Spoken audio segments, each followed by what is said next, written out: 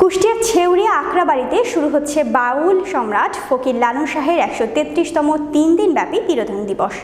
এ উপলক্ষে মাজার প্রাঙ্গণে আসতে শুরু করেছে লালন ভক্ত, অনুসারী আর দর্শনার্থীরা। ৩ দিনব্যাপী উৎসবকে কেন্দ্র করে লালন আখড়াবাড়িতে ইতিমধ্যে সকল প্রস্তুতি শেষ হয়েছে। মাজারকে সাজানো হয়েছে বর্ণিল সাজে।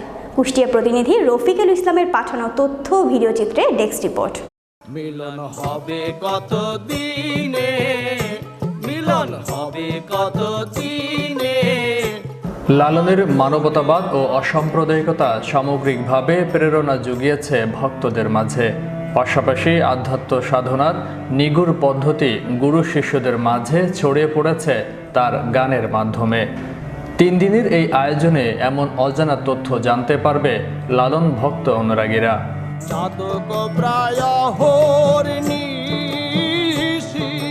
যে আছে কালো।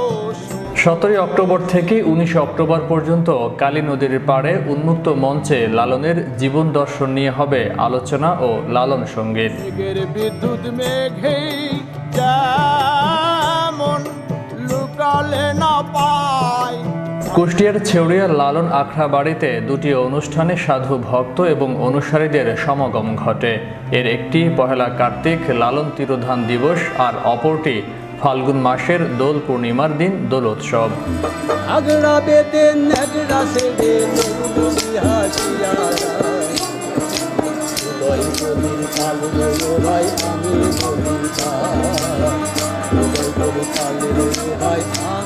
অনুষ্ঠান দুটি ঘিরে আখড়াবাড়িতে আয়োজন করা হয় সাধু সঙ্গ। কোনো সাধক ফকিরকে আমন্ত্রণ জানানোর প্রয়োজন হয় না অনুষ্ঠানের জন্য। উৎসব দুটির কয়েকদিন আগেই দেশ বিদেশ থেকে সাধু ভক্তরা চলে আসেন উৎসব অঙ্গনে। এবারও তার ব্যত্যয় ঘটেনি। বাউল সম্রাট ফকির লালন শাহর ১৩৩তম তিরোধান দিবসে ছুটে আসছেন সাধু ভক্ত ও অনুসারীরা। Well, we just got here and it's a little overwhelming, but it's good. It's very nice to see so many dedicated people. It seems like there's this big legacy that people really engage with, and it's a আগতদের থাকার সুব্যবস্থাও করা হয়েছে আয়োজকদের পক্ষ থেকে। এই একাডেমির পক্ষ থেকে আমরা তাদের বিভিন্ন কার্যক্রম ইতিমধ্যে চালিয়ে যাই, যেমন তাদের থাকার ব্যবস্থা এবং পানি, পয় নিষ্কাশনের ব্যবস্থা, তাদের গোসলের ব্যবস্থা, সমস্ত কিছু ইতিমধ্যে কার্যক্রম আমরা সমাপ্ত করেছি। এই সাধু সংঘ ঘিরে সাইজির অনুসারীদের মনে বইছে স্বর্গীয় আনন্দ।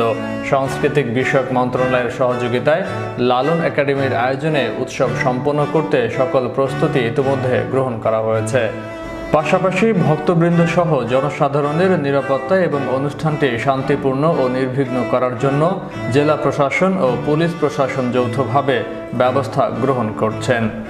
কুষ্টিয়া জেলার ঐতিহ্যময় প্রাণের উৎসব লালন শাহের ১৩৩তম তিরোধান দিবস উদযাপন উপলক্ষে আমরা ইতোমধ্যে জেলা পর্যায়ের একটি প্রস্তুতিমূলক সভা করেছি এবং বিশেষ করে এটির নিরাপত্তাকে গুরুত্ব দিয়ে আমরা জেলা কোর কমিটির সভা আহ্বান করেছি।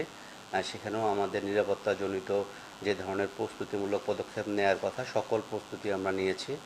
আপনারা জানেন যে এই পুরা বাউলের স্থানটি আমরা সিসি ক্যামেরার আওতায় এনেছি এবং অনেকগুলো টহল টিম আমরা নির্ধারণ করে দিয়েছি।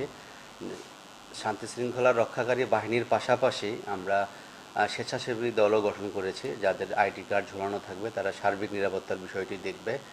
বিশেষ করে সাধু বাউলদের থাকা খাওয়া সহ উন্নত স্যানিটেশন নিশ্চিত করার জন্য আমরা সকল